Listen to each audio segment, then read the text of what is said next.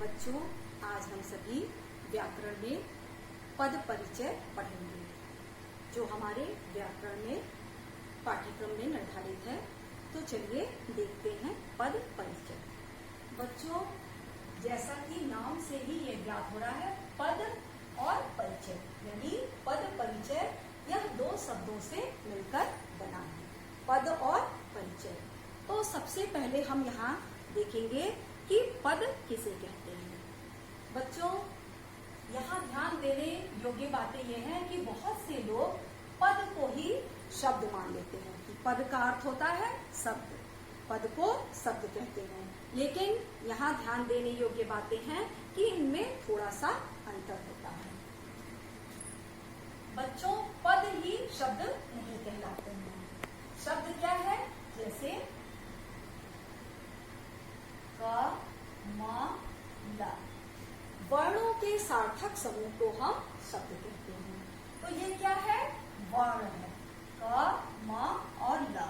और जब इनको हम मिला देंगे, इनका एक समूह बन जाएगा, तो ये क्या हो जाएंगे? क, म, ल। तो ये शब्द बन जाएंगे। ऐसे ही सीता, राम, हम कोई भी शब्द वर्णों के माध्यम से उसके मेल से बनाते हैं।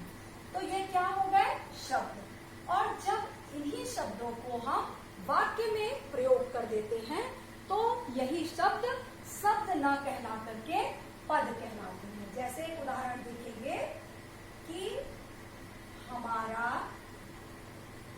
राष्ट्रीय पुष्प कमल है। हमारा राष्ट्रीय पुष्प कमल है। कमल, अब ये वाक्य में प्रयोग हो गया। पहले ये क्या था? स्वतंत्र था। बच्चों, शब्द का स्वतंत्र अस्तित्व होता है, वे कहीं भी प्रयोग किए जा सकते हैं। लेकिन पदों का स्वतंत्र अस्तित्व नहीं होता, वे वाक्य में अन्य शब्दों से बंधे होते हैं, जुड़े होते हैं। पहले यही कमल शब्द था क्योंकि ये स्वतंत्र उसका अस्तित्व था। लेकिन जब वही कमल शब्द वाक्य में पिरो दिया गया, वाक्य में उसका प्रयोग कर दिया गया, तो यही कमल शब्द शब्द ना कहला करके पद कहलाएंगे, क्योंकि इनका वाक्यों के अन्य शब्दों से संबंध जुड़ जाता है और उसका एक दूसरे शब्दों से ये बंधे होते हैं। बच्चों, इस तरह से ये कमल यहाँ पर शब्द हुआ क्योंकि इसका स्वतंत्र अस्तित्व है, और यहाँ पर यही कमल जब वाक्य में प्रयोग कर दिया गया तो ये शब्द ना होकर के पद कहलाएंगे। बच्चों, आपको शब्द क्या है और पद क्या है इसका अंतर समझ में आ गया होगा। अब हम देखेंगे पद परिचय। पद परिचय किसे कहते हैं? वाक्य में प्रयुक्त पदों का व्याकरणिक परिचय देना ही पद परिचय कहलाता है। अब यहाँ एक शब्द है व्याकरणिक। व्याकरणिक क्या होता है? व्याकरण के अंतर्गत जैसे संज्ञा, सर्वनाम, विशेषण, क्रिया, संबंधबोधक, समुच्चय बोधक, क्रिया विशेषण और विस्मयादि बोधक, ये जो आते हैं व्याकरण के अंतर्गत, इन्हीं के अंतर्गत वाक्य में जो पद अर्थात शब्द प्रयोग किए जाते हैं, उन पदों का व्याकरण के आधार पर परिचय देना। परिचय देना यानी जैसे इंट्रोडक्शन हम देते हैं, उसी तरह से परिचय देना ही पद परिचय कहलाता है। जैसे आप इंट्रोडक्शन देते हैं तो आप बताते हैं कि मेरा नाम क्या है, मैं कहाँ रहता हूँ, मेरी शिक्षा दीक्षा क्या है। वैसे ही वाक्य में प्रयुक्त पदों का व्याकरण के आधार पर परिचय देना ही पद परिचय कहलाता है। तो जब हमें पद परिचय को परिभाषित करना होगा तो हम उसकी परिभाषा इसी रूप में देंगे। बच्चों, पदों के दो भेद होते हैं। पदों को दो वर्गों में विभाजित किया जाता है। पहला विकारी पद परिचय, विकारी शब्द, और दूसरा अविकारी पद परिचय अर्थात अविकारी शब्द। बच्चों, अविकारी शब्द को हम अव्यय भी कहते हैं। अव्यय भी कहते हैं। विकारी शब्द वे शब्द होते हैं जिनके रूप में परिवर्तन होता है, यानी जो बदलते रहते हैं। लिंग, वचन वचन, कारक के आधार पर जो शब्द परिवर्तित होते रहते हैं उनको हम विकारी शब्द कहते हैं। और अविकारी शब्द वे शब्द होते हैं जिनके रूप में कोई बदलाव, कोई परिवर्तन नहीं होता है। तो सबसे पहले हम विकारी पद परिचय देखेंगे। बच्चों, सबसे पहले हम यह जानेंगे कि विकारी पद परिचय के अंतर्गत कौन कौन से शब्द आते हैं। तो विकारी पद परिचय के अंतर्गत 4 प्रकार के शब्द आते हैं। पहला संज्ञा पद परिचय, दूसरा सर्वनाम पद परिचय, तीसरा विशेषण पद परिचय और चौथा क्रिया पद परिचय। तो सबसे पहला है संज्ञा पद परिचय। जब भी वाक्य में हमें संज्ञा का पद परिचय देना होगा तो वाक्य में जो प्रयुक्त शब्द हैं उसमें हम यह देखेंगे कि उस वाक्य में संज्ञा शब्द कौन से हैं। उसके बाद जब हम संज्ञा शब्द जान जाएंगे तब हम यह देखेंगे कि वह संज्ञा के किस भेद के अंतर्गत, व्यक्तिवाचक है, जातिवाचक है, भाववाचक है, इस तरह से जो संज्ञा के भेद होते हैं उनके अंतर्गत वह किस भेद के अंतर्गत आ रहा है। उसके बाद हम उसका लिंग देखेंगे कि उसका लिंग क्या है, उसका वचन क्या है और उसका कारक क्या है। इस प्रकार से हम संज्ञा पद का परिचय देते हैं। सर्वनाम पद परिचय।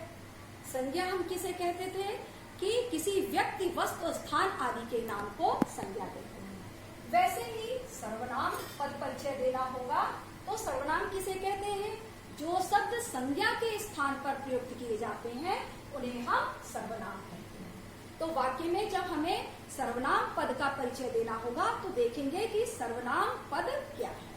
और जब हम सर्वनाम पद जान जाएंगे तब हम देखेंगे कि वह सर्वनाम के किस भेद के अंतर्गत आ रहा है। वह पुरुषवाचक सर्वनाम है कि अनिश्चयवाचक सर्वनाम है कि निश्चयवाचक सर्वनाम है, या सर्वनामिक है वो सर्वनाम है, या अनिश्चयवाचक सर्वनाम है, या पुरुषवाचक सर्वनाम है, प्रश्नवाचक सर्वनाम है, वो क्या है। तो जब हम सर्वनाम के भेद के अंतर्गत उसे जान जाएंगे तब उसका लिंग देखेंगे, वचन देखेंगे और कारक देखेंगे। इस प्रकार से हम सर्वनाम पद का परिचय देंगे। तीसरा भेद है विशेषण पद परिचय। विशेषण पद परिचय के अंतर्गत जो विशेषण क्या है, जो संज्ञा और सर्वनाम की विशेषता बताते हैं उन्हें हम विशेषण कहते हैं। तो वाक्य में हम सबसे पहले यह देखेंगे कि विशेषण क्या है, कौन संज्ञा सर्वनाम की विशेषता बता रहा है। जब उस पद को हम जान जाएंगे तब हम देखेंगे वह किस भेद के अंतर्गत आ रहा है। गुणवाचक विशेषण है, संख्यावाचक विशेषण है कि परिमाणवाचक विशेषण है, या फिर वह सार्वनामिक विशेषण है। जब यह जान जाएंगे कि वह किस भेद के अंतर्गत, तब हम उसका लिंग देखेंगे, वचन देखेंगे और कारक देखेंगे। इस प्रकार से हम विशेषण पद परिचय देंगे। चौथा है क्रिया पद परिचय। बच्चों, क्रिया किसे कहते हैं, किसी कार्य का करना या होना जो शब्द के द्वारा यह दर्शाया जाए उसे हम क्रिया कहते हैं। यानी जो क्रिया क्या है कि वाक्य में प्रयुक्त शब्दों में देखेंगे सबसे पहले क्रियापद क्या है। जब हम क्रियापद जान जाएंगे तो यह देखेंगे कि क्रिया के जो भेद हैं, अकर्मक और सकर्मक, ये 2 प्रकार के भेद हैं। तो यह देखेंगे कि क्रिया सकर्मक है, क्रिया हो रही है, या अकर्मक क्रिया है। तब जब हम यह जान जाएंगे तब हम देखेंगे कि उसका काल क्या है, वाच्य क्या है, उसका लिंग क्या है और वचन क्या है। इस आधार पर हम क्रियापद का परिचय देंगे। तो इस प्रकार से बच्चों विकारी पद परिचय के अंतर्गत ये 4 पद आते हैं। बच्चों, तो हम सभी सबसे पहला संज्ञा पद परिचय देखेंगे। संज्ञा पद परिचय के अंतर्गत हमें 5 बातों का ध्यान रखना आवश्यक होता है। सबसे पहले हम यह देखेंगे कि वाक्य में संज्ञा पद क्या है। तो उदाहरण है, सौरभ पुस्तक पढ़ता है। तो सौरभ क्या है, संज्ञा है, और पुस्तक क्या है, संज्ञा। तो जब सबसे पहले हम यह जान जाएंगे कि संज्ञा पद क्या है तो हम यह देखेंगे कि संज्ञा के वह किस भेद के अंतर्गत आ रहा है। जातिवाचक संज्ञा है, व्यक्तिवाचक है, भाववाचक है, द्रव्यवाचक है या समूहवाचक है। तो भेद देखेंगे, फिर लिंग देखेंगे उसका, फिर वचन देखेंगे, कारक देखेंगे। इस तरह से इसके अंतर्गत हम उसका पद परिचय करेंगे। तो चलिए सबसे पहले हम सौरभ का पद परिचय करते हैं। जब हम यह जान गए कि सौरभ संज्ञा है, तो यह देखेंगे कि यह संज्ञा के किस भेद के अंतर्गत है। तो सौरभ एक व्यक्ति का नाम है, एक लड़के का नाम है, तो यह क्या हो जाएगा, व्यक्तिवाचक संज्ञा। व्यक्तिवाचक संज्ञा। अब हमको क्या देखना है कि जब हम भेद जान गए तो हम देखेंगे कि लिंग क्या है इसका। सौरभ पुस्तक पढ़ता है, पढ़ता है तो क्या है, पुल्लिंग। पढ़ती है होता तो स्त्रीलिंग हुआ था, तो ये क्या हो गया, पुल्लिंग। सौरभ क्या है, पुल्लिंग है। अब क्या देखना है, वचन। सौरभ पुस्तक पढ़ता है, सौरभ के द्वारा पुस्तक पढ़ने की क्रिया की जा रही है, तो सौरभ के द्वारा, केवल सौरभ के द्वारा की जा रही है, तो यहाँ पर क्या होगा, एक वचन। उसके बाद हम देखेंगे कारक क्या है। सौरभ पुस्तक पढ़ता है, यानी सौरभ के द्वारा पुस्तक पढ़ने की क्रिया की जा रही है, तो सौरभ क्या हुआ, कर्ता हुआ। तो यहाँ पे कारक क्या होगा, कर्ता कारक। इस प्रकार से हम सौरभ का पद परिचय करेंगे। अब हम दूसरा देखेंगे, पुस्तक। पुस्तक का पद परिचय कैसे होगा, पुस्तक का पद परिचय। अब पुस्तक को जब हम जान गए कि यह संज्ञा है, तो यह देखेंगे कि यह संज्ञा के किस भेद के अंतर्गत आ रहा है। तो पुस्तक क्या है, एक पुस्तक नहीं है, तो पुस्तक कोई भी पुस्तक हो सकती है, तो यह क्या है, जातिवाचक संज्ञा। पुस्तक क्या है, जातिवाचक संज्ञा। अब हम देखेंगे कि यह किस लिंग के अंतर्गत है। सौरभ पुस्तक पढ़ता है, पुस्तक पढ़ता है, तो पढ़ता है तो ये पुल्लिंग हो जाएगा, ये पुल्लिंग हो जाएगा। अब वचन, सौरभ पुस्तक पढ़ता है, केवल सौरभ के द्वारा पुस्तक पढ़ने की क्रिया हो रही है, तो यह क्या हो जाएगा, एक वचन। उसके बाद कारक देखेंगे, सौरभ पुस्तक पढ़ता है, तो सौरभ के द्वारा पुस्तक पढ़ने की क्रिया की जा रही है, यानी सौरभ के द्वारा पुस्तक पढ़ा जा रहा है, तो यहाँ क्या होगा, कर्म कारक। पुस्तक क्या है, कर्म कारक। इस प्रकार से हम संज्ञा पद को जानने के बाद उसका पद परिचय करते हैं। अब आगे बच्चों दूसरा हम देखेंगे, सर्वनाम पद परिचय कैसे करते हैं। सर्वनाम किसे कहते हैं, संज्ञा शब्दों के स्थान पर जिस शब्द का प्रयोग किया जाता है उसे हम सर्वनाम कहते हैं। तो सबसे पहले वाक्य में हम यह जानेंगे कि सर्वनाम क्या है। तो उदाहरण क्या है, हम अपने घर के सामने खेलते हैं, तो यहाँ सर्वनाम इस वाक्य में क्या है, हम और अपने। सर्वनाम पद परिचय के अंतर्गत भी 5 बातों का ध्यान रखना आवश्यक है। हम क्या है, सबसे पहले यहाँ पर हम का हम पद परिचय करेंगे, तो हम क्या है, पुरुषवाचक सर्वनाम। पुरुषवाचक सर्वनाम किसे कहते हैं, जब जिस सर्वनाम शब्द का प्रयोग हम अपने लिए, बोलने वाला अपने लिए या सुनने वाले के लिए या किसी अन्य के लिए करता है, तो ऐसे सर्वनाम शब्दों को हम पुरुषवाचक सर्वनाम कहते हैं। तो हम क्या है, पुरुषवाचक सर्वनाम। इसके भी 3 भेद होते हैं, उत्तम, मध्यम और अन्य पुरुष। तो हम अपने बारे में बात जब करते हैं तो वहां पर उत्तम पुरुषवाचक सर्वनाम होता है, तो यह क्या है, उत्तम पुरुषवाचक सर्वनाम है, पुरुषवाचक सर्वनाम है। अब हम देखेंगे कि इसका लिंग क्या है। हम क्या है, हम क्या है, यह पुल्लिंग है। हम क्या है, यह पुल्लिंग है। अब वचन क्या है इसका, हम अपने घर के सामने खेलते हैं, तो हम खेलते हैं, तो यह पुल्लिंग है। अब वचन क्या है इसका, हम अपने घर के सामने खेलते हैं। हम माने हम केवल अकेले नहीं है, हमारे साथ अन्य लोग भी हैं, तो यहाँ बहुवचन होगा। यहाँ क्या होगा, बहुवचन होगा। उसके बाद हम देखेंगे इसका कारक क्या है। हम अपने घर के सामने खेलते हैं, हम क्या है, कर्ता है, तो यहाँ पर कर्ता कारक होगा, यहाँ पर कर्ता कारक होगा। इस प्रकार से हम इसका पद परिचय करते हैं। अब दूसरा शब्द क्या है, अपने। अब अपने जब हम जान गए कि यह सर्वनाम है, तो सबसे पहले जानेंगे कि यह किस भेद के अंतर्गत आ रहा है। तो अपने जब हम स्वयं के बारे में जिस सर्वनाम का प्रयोग करते हैं उसे हम निजवाचक सर्वनाम कहते हैं। तो अपने क्या है, निजवाचक सर्वनाम है, निजवाचक सर्वनाम है यह। अब हम देखेंगे कि इसका लिंग क्या है। हम अपने घर के सामने खेलते हैं, अपने घर, हम अपने घर के सामने खेलते हैं, तो यह क्या होगा, पुल्लिंग। यह क्या होगा, पुल्लिंग। हम अपने घर के सामने, तो यह पुल्लिंग होगा। वचन क्या होगा, हम अपने घर के सामने खेलते हैं, एक घर की बात हो रही है, तो यहाँ पर एक वचन हो जाएगा। हम अपने घर, एक घर की बात हो रही है, तो यहाँ एक वचन होगा। अब क्या है, कारक, हम अपने घर के सामने खेलते हैं, तो यहाँ पर घर का संबंध, हमसे घर का संबंध स्थापित हो रहा है, तो यहाँ पर संबंध कारक होगा। यहाँ पर संबंध कारक होगा।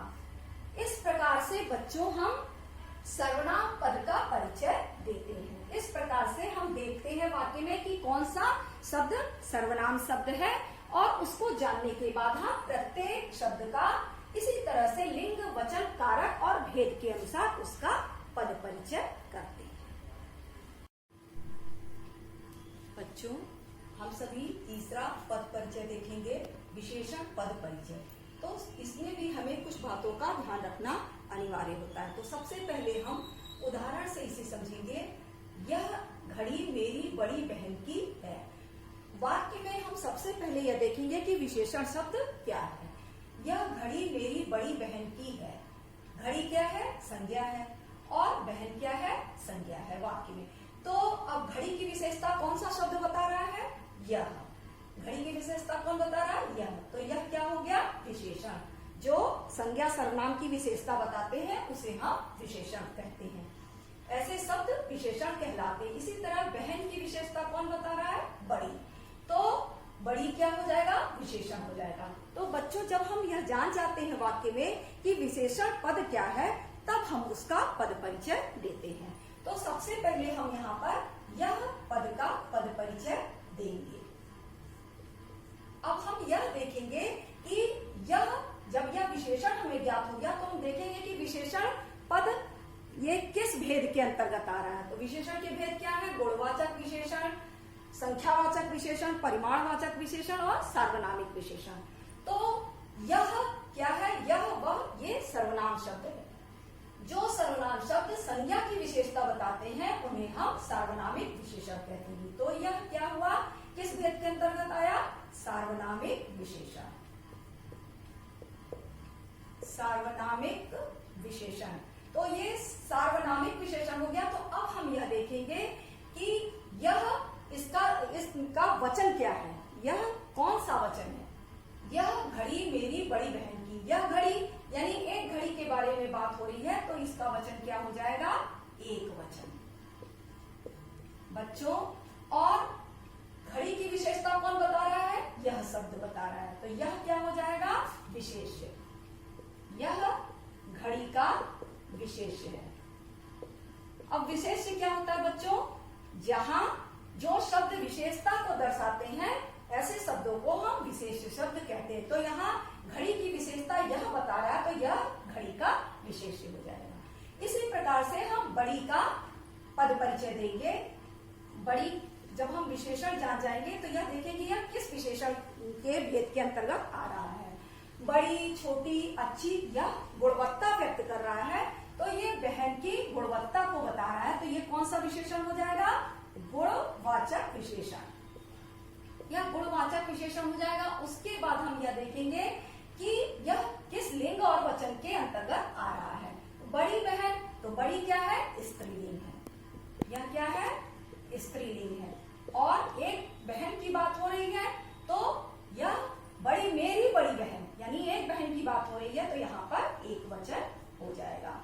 इस प्रकार से बच्चों हम सभी विशेषण पद का पद परिचय देते हैं। अब अगला हम देखेंगे क्रिया पद परिचय। क्रिया पद परिचय, अब क्रिया किसे कहते हैं, जिस वाक्य में किसी कार्य के करने या होने का भाव व्यक्त होता है उसे हम, ऐसे शब्दों को हम क्रिया कहते हैं जो ऐसे कार्य के करने या होने का भाव व्यक्त करते हैं। ऐसे शब्दों को हम क्रिया कहते हैं। तो ऐसे ही बच्चों हम वाक्य में यह देखेंगे कि क्रियापद क्या है। तो उदाहरण से समझते हैं। दादी जी भगवत गीता पढ़ रही थी। दादी जी क्या कर रही थी? भगवत गीता पढ़ रही थी। तो दादी जी के द्वारा गीता पढ़ने की क्रिया हो रही है, तो यहाँ पढ़ रही थी, ये क्या हो जाएगा? क्रियापद हो जाएगा। जब हम क्रियापद जान जाएंगे तो उसका पद परिचय देंगे। तो चलिए देखते हैं। पढ़ रही थी, दादी जी भगवत गीता पढ़ रही थी। अब पढ़ रही थी का हम पद परिचय देंगे तो सबसे पहले यह जानेंगे कि यह क्रिया के किस भेद के अंतर्गत आ रहा है। क्रिया के दो भेद होते हैं, अकर्मक क्रिया और सकर्मक क्रिया। अकर्मक क्रिया जिसमें कर्म की आवश्यकता नहीं होती है और सकर्मक क्रिया जिसमें कर्म की आवश्यकता होती है। तो हम इसके भेद को जानने के लिए प्रश्न करेंगे कि दादी जी क्या कर रही थी। इसके माध्यम से हम उसके भेद को स्पष्ट करेंगे, जानेंगे। तो दादी जी क्या कर रही थी? दादी जी भगवत गीता पढ़ रही थी। तो भगवत गीता यानी ये कर्म है, तो ये कौन सी क्रिया हुई? सकर्मक क्रिया। ये सकर्मक क्रिया हुई। अब हम इसके क्रिया के अंतर्गत वाच्य और काल को भी देखते हैं। तो काल तीन प्रकार के होते हैं, भूत, भविष्य और वर्तमान। तो हम यह देखेंगे यह किस काल के अंतर्गत है। दादी जी भगवत गीता पढ़ रही थी यानी पहले कर चुकी हैं, तो ये भूतकाल के अंतर्गत आएगा। उसके बाद हम वाच्य देखेंगे कि इसका वाच्य क्या है। दादी जी भगवत गीता पढ़ रही थी यानी दादी जी के द्वारा ये क्रिया की जा रही थी, तो ये कर्तृवाच्य होगा। उसके बाद हम इसका लिंग और वचन देखेंगे। तो दादी जी गीता पढ़ रही थी यानी केवल दादी जी के द्वारा ये क्रिया हो रही है, तो क्या होगा बच्चों? एक वचन। केवल दादी जी के द्वारा अकेले ये क्रिया की जा रही है पढ़ने की, इसलिए एक वचन होगा। अब लिंग क्या है? दादी जी स्त्रीलिंग है, दादी स्त्रीलिंग है इसलिए, और क्रिया भी पढ़ रही थी स्त्रीलिंग है, तो ये होगा स्त्रीलिंग। इस प्रकार से बच्चों हम क्रियापद का परिचय देते हैं। बच्चों कहीं कहीं क्रियापद में इस तरह से कोई भी पद आते हैं जिससे हम उसके भेदों और काल वाच्य को जानकर उसका पद परिचय देते हैं। बच्चों आगे हम इसके बाद अविकारी पद का पद परिचय करेंगे। बच्चों अभी तक हमने विकारी पद परिचय के बारे में जाना, अब हम अविकारी पद परिचय के बारे में जानेंगे। तो चलिए देखते हैं अविकारी पद परिचय। बच्चों अविकारी शब्द को अव्यय भी कहते हैं। ये वे शब्द होते हैं जिनके रूप में कोई परिवर्तन नहीं होता, कोई बदलाव नहीं होता। इसके चार पद हैं। पहला क्रिया विशेषण पद, दूसरा संबंध बोधक, तीसरा समुच्चय बोधक और चौथा विस्मयादि बोधक अव्यय। बच्चों तो सबसे पहले हम यहाँ पर क्रिया विशेषण पद परिचय देखेंगे। तो चलिए देखते हैं क्रिया विशेषण। सबसे पहले पद परिचय करने से पहले हम यह जानेंगे कि क्रिया विशेषण शब्द किसे कहते हैं। बच्चों जो क्रिया की विशेषता बताते हैं ऐसे शब्दों को हम क्रिया विशेषण शब्द कहते हैं। उदाहरण से हमसे और भी स्पष्ट करेंगे। क्रिया विशेषण पद परिचय करने के लिए सबसे पहले हम वाक्य में यह देखेंगे कि क्रिया विशेषण पद क्या है। तो चलिए उदाहरण से देखते हैं। पिता जल्दी जल्दी आए और छत पर जाकर सो गए। पिता जल्दी जल्दी आए और छत पर जाकर सो गए। तो पिता कैसे आए? जल्दी जल्दी आए। तो आए क्या हो गई? क्रिया। आए क्या हो गई? क्रिया। और क्रिया की विशेषता क्या बता रहा है? जल्दी जल्दी, यानी जल्दी जल्दी जो शब्द है वह क्या हो जाएगा? क्रिया विशेषण। ये क्या हो जाएगा? क्रिया विशेषण। इसी प्रकार से और छत पर जाकर सो गए। तो जाकर सोना ये क्या हो गई? क्रिया। और कहाँ जाकर सो गए? छत पे जाके सो गए, यानी सोने की विशेषता ये बता रहा है, ये क्रिया की विशेषता बता रहा है, तो ये क्या हो जाएगा? क्रिया विशेषण।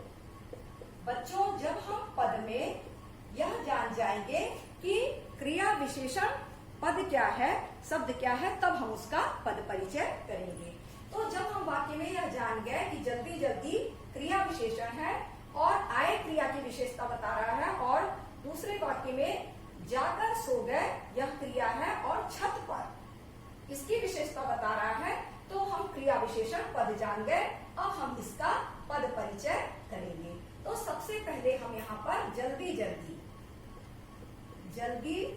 जल्दी का पद परिचय करेंगे। जब हम जान गए कि यह क्रिया विशेषण पद है, तो अब हम यह देखेंगे कि यह क्रिया विशेषण के किस भेद के अंतर्गत आ रहा है। क्रिया विशेषण के कितने भेद हैं? कालवाचक क्रिया विशेषण, रीतिवाचक क्रिया विशेषण, स्थानवाचक क्रिया विशेषण और परिमाणवाचक क्रिया विशेषण। तो यह किस भेद के अंतर्गत आ रहा है?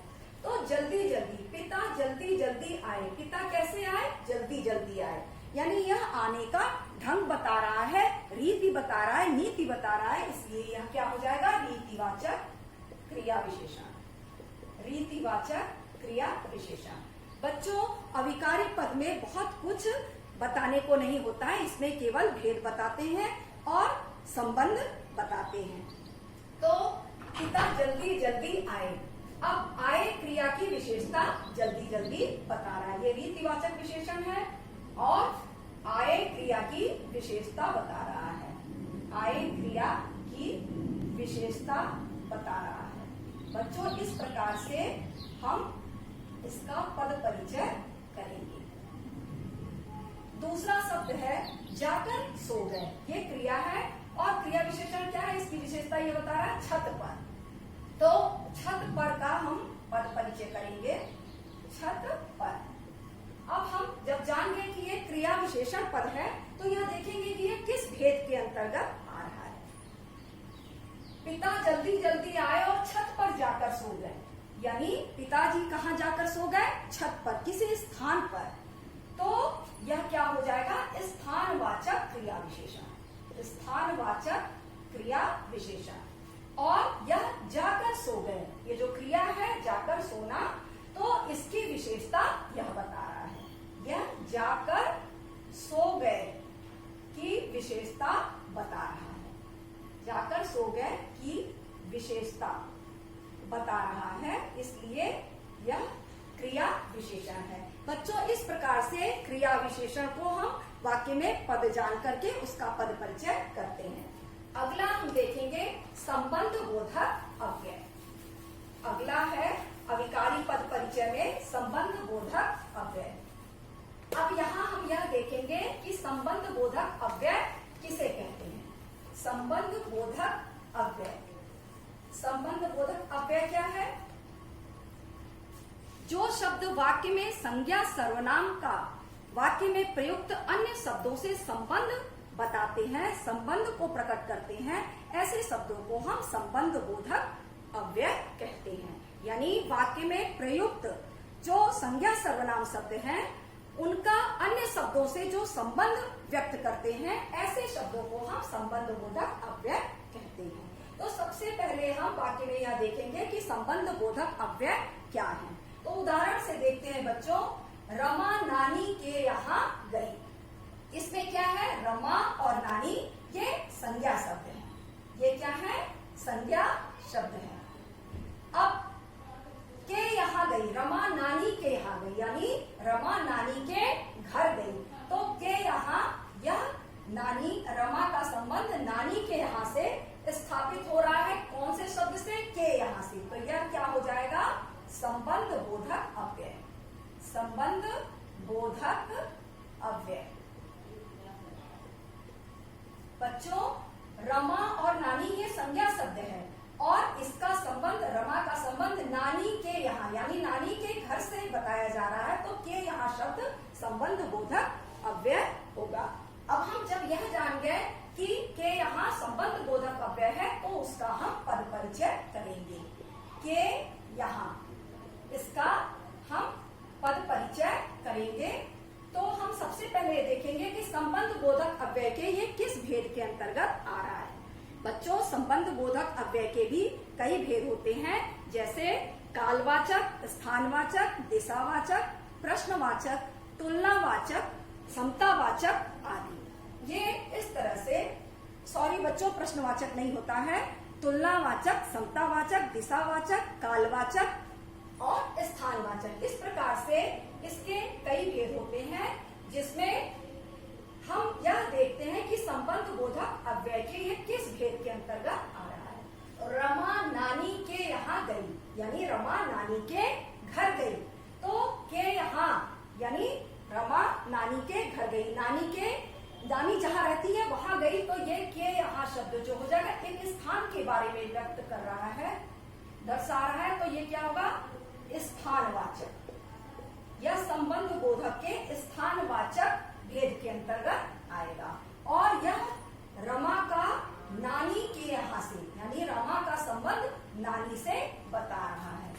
रमा का संबंध नानी से बता रहा है, इसलिए यह संबंध बोधक अव्यय है, स्थानवाचक संबंध बोधक अव्यय, और रमा का संबंध नानी से यहाँ पर दर्शाया जा रहा है। बच्चों, इस प्रकार से हम वाक्य में संबंध बोधक अव्यय के पदों को ज्ञात करके उसका पद परिचय करेंगे। बच्चों, अब हम तीसरा देखेंगे समुच्चय बोधक पद परिचय। चलिए देखते हैं समुच्चय बोधक पद परिचय। सबसे पहले बच्चों हम यह जानेंगे कि समुच्चय बोधक शब्द किसे कहते हैं। बच्चों, वे शब्द जो दो शब्दों, दो वाक्यों या वाक्यांशों को जोड़ने का कार्य करते हैं, ऐसे शब्द को हम समुच्चय बोधक शब्द कहते हैं, जैसे और, अथवा आदि। तो सबसे पहले समुच्चय बोधक पद परिचय के लिए हम यह देखेंगे वाक्य में कि कौन से पद समुच्चय बोधक शब्द हैं। तो चलिए उदाहरण के माध्यम से देखते हैं। उदाहरण, सुनीता और सविता सगी बहनें हैं। सुनीता और सविता सगी बहनें हैं। तो ये दो शब्दों को जोड़ने का कार्य, सुनीता और सविता, ये दो शब्द हैं, इनको जोड़ने का कार्य कौन कर रहा है, और। तो और क्या हो जाएगा, समुच्चय बोधक पद। अब हम जब यह जान जाएंगे कि और समुच्चय बोधक पद है, तो हम उसका पद परिचय करेंगे। तो चलिए करते हैं और का हम पद परिचय कैसे करेंगे। अब सबसे पहले हम जब वाक्य में यह जान गए कि सुनीता और सविता सगी बहनें हैं, तो और समुच्चय बोधक पद है, तो सबसे पहले यह जानेंगे कि यह समुच्चय बोधक पद के किस भेद के अंतर्गत आ रहा है। बच्चों, हमने पहले भी बताया है कि अव्यय में अविकारी पद परिचय में केवल भेद और संबंध ही बताए जाते हैं। तो हम अब यह देखेंगे कि इस समुच्चय बोधक पद का ये किस भेद के अंतर्गत आ रहा है। समुच्चय बोधक पद के दो भेद हैं, समानाधिकरण समुच्चय बोधक शब्द और व्याधिकरण समुच्चय बोधक पद। अब समानाधिकरण समुच्चय बोधक पद किसे कहते हैं, जो समान स्तर के वाक्य होते हैं, या वे शब्द जो समान स्तर के शब्दों, वाक्यों को जोड़ने का कार्य करते हैं, उन्हें समानाधिकरण समुच्चय बोधक पद कहते हैं। और वे शब्द जो एक वाक्य को स्पष्ट करने के लिए दूसरे वाक्य का प्रयोग करें, ऐसे शब्दों को जो कारण बताते हैं, जिनके द्वारा कारण बताया जाए, ऐसे शब्द जो है व्याधिकरण समुच्चय बोधक पद कहलाते हैं। यानी जहाँ पर एक वाक्य दूसरे पर निर्भर हो और जो कारण व्यक्त करे, ऐसे शब्द को हम व्याधिकरण समुच्चय बोधक शब्द कहते हैं। तो और का पद परिचय के लिए हम जानेंगे कि ये किस भेद के अंतर्गत आ रहा है। तो क्या है, सुनीता और सविता सगी बहनें हैं। तो सुनीता और सविता क्या है, ये दोनों समान स्तर के वाक्य हैं। यानी समुच्चय बोधक क्या है, जो समान स्तर के शब्दों और वाक्यों को जोड़ने का कार्य करते हैं। तो ये समान है, सविता भी और सुनीता भी, दोनों एक है, एक जैसे शब्द हैं। तो इसलिए सुनीता और सविता दोनों समान स्तर के शब्द हैं और इनको जोड़ने का कार्य और कर रहा है। तो ये क्या हो जाएगा, समानाधिकरण समुच्चय बोधक। समानाधिकरण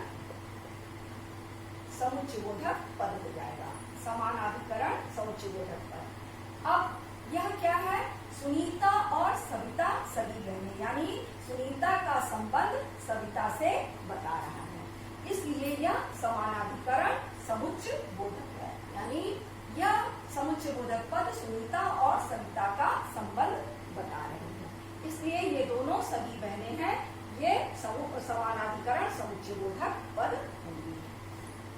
दूसरा उदाहरण देखेंगे, अध्यापक ने कहा कि आदर्श विद्यार्थी बनो। अध्यापक ने कहा, बच्चों ये अध्यापक ने कहा, यह अपने आप में पूर्ण वाक्य नहीं है। क्यों? अध्यापक ने क्या कहा यह स्पष्ट ही नहीं है। तो अध्यापक ने कहा कि आदर्श विद्यार्थी बनो। अब यह वाक्य पूर्ण हुआ। अध्यापक ने क्या कहा कि एक आदर्श विद्यार्थी बनो। तो ये क्या हो जाएगा कि यह इन दोनों वाक्यों को जोड़ने का कारण है। यह कि क्या है, इन दोनों वाक्यों को जोड़ने का कारण है, यानी एक वाक्य दूसरे वाक्य पर निर्भर है, इसलिए यह क्या हो जाएगा, व्याधिकरण समुच्चय बोधक पद। यानी यह कि क्या है, यह है समुच्चय बोधक पद है। अब हम की का पद परिचय करेंगे। तो सबसे पहले हम ये देखेंगे कि अध्यापक ने कहा कि आदर्श विद्यार्थी बनो। अध्यापक ने कहा, क्या कहा कि कैसा विद्यार्थी बनोगे, आदर्श विद्यार्थी बनो। तो की क्या हो जाएगा, व्याधिकरण समुच्चय बोधक। व्याधिकरण समुच्चय बोधक, ये क्या हो जाएगा, व्याधिकरण समुच्चय बोधक पद। और अध्यापक ने कहा कि आदर्श विद्यार्थी बनो, यानी अध्यापक के कहने का दूसरे वाक्य पर यह निर्भर। अध्यापक ने क्या कहा कि आदर्श विद्यार्थी बनो, यहाँ एक वाक्य दूसरे पर निर्भर है और यह शब्द कारण बता रहा है कि, इसलिए यह व्याधिकरण समुच्चय बोधक पद होगा। बच्चों इस तरह से हम वाक्य में समुच्चय बोधक पद को ज्ञात करके उसका पद परिचय करेंगे। अगला हम देखेंगे विस्मयादि बोधक पद परिचय। विस्मयादि बोधक शब्द किसको कहते हैं बच्चों, जिस शब्द के द्वारा प्रसन्नता का भाव, शोक का भाव, घृणा का भाव व्यक्त हो, ऐसे शब्दों को हम विस्मयादि बोधक पद कहते हैं। तो उदाहरण के माध्यम से हम देखेंगे, वाह हम मैच जीत गए। वाह हम मैच जीत गए। अब इस वाक्य में हम यह देखेंगे कि विस्मयादि बोधक पद क्या है।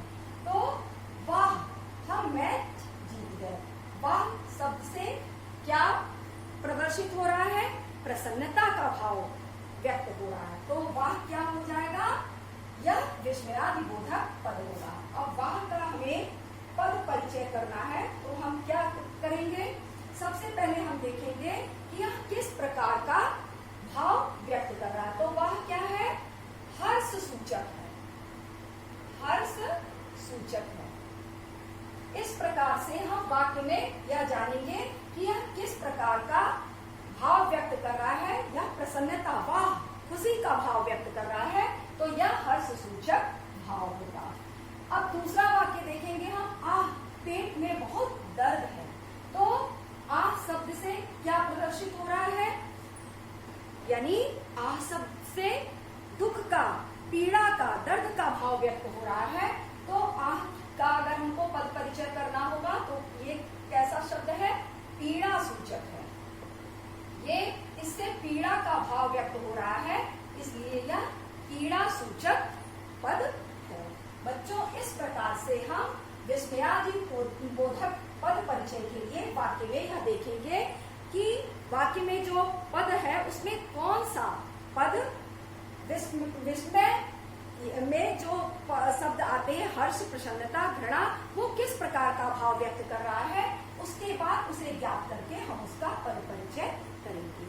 बच्चों इस प्रकार से हमने यह जाना कि जो 8 पद हैं, 4 विकारी और 4 अविकारी, उसके आधार पर वाक्य में प्रयोग किए गए पदों का हम किस प्रकार से पद परिचय करेंगे। बच्चों कभी कभी ऐसा भी होता है कि कोई वाक्य ऐसा दे दिया होता है कि उसमें ऐसा रहता है कि अंडरलाइन किया हुआ रहता है। जैसे एक वाक्य हम उदाहरण के तौर पे आपको बताएंगे कि हवा धीरे धीरे चलती है। अब इस वाक्य में यहाँ पर अंडरलाइन कर दिया जाएगा। तो अंडरलाइन किया हुआ शब्द है उसका पद परिचय दीजिए। तो आप सबसे पहले वाक्य में यह देखेंगे कि हवा धीरे धीरे चलती है। तो हवा धीरे धीरे चलती, तो आप सबसे पहले यह ज्ञात करेंगे कि यह संज्ञा पद है या सर्वनाम पद है या क्रिया पद है या क्रिया विशेषण पद है, संबंध बोधक है, समुच्चय बोधक है, विस्मयादि बोधक है। इस तरह से 8 पदों के आधार पर सबसे पहले आप ज्ञात करेंगे यह किस प्रकार का पद है। तो हवा धीरे धीरे चलती है, धीरे धीरे यानी यह हवा के चलने, चलना क्या है, ये क्रिया है और इसकी विशेषता यह बता रहा है कि हवा धीरे धीरे चलती है, यानी हवा के चलने का यह ढंग बता रहा है। तो यह क्या हो जाएगा, क्रिया विशेषण। तो इसका पद परिचय हमें देना होगा, तो क्या हो जाएगा, यह क्रिया विशेषण। और जब हम इसके बारे में जान जाएंगे कि यह पद क्रिया विशेषण है, तब हम उसका पद परिचय देंगे और तब हम यह देखेंगे कि यह क्रिया विशेषण के किस भेद के अंतर्गत आ रहा है। तो हवा धीरे धीरे चलती है यानी हवा के चलने का वह ढंग, रीति, नीति बता रहा है, इसलिए वह किस भेद के अंतर्गत आएगा, रीतिवाचक क्रिया विशेषण, रीतिवाचक क्रिया विशेषण। इस प्रकार से, और यह चलने की विशेषता बता रहा है। इस प्रकार से हम कोई भी वाक्य में जब अंडरलाइन करके अगर हमें पूछा जाए कि पद परिचय इस शब्द का करना है, तो हम सबसे पहले यह ज्ञात करेंगे कि वह पद के 8 भेद के अंतर्गत किस भेद के अंतर्गत वह शब्द आ रहा है, और उसे ज्ञात करने के बाद हम उसका पद परिचय करेंगे।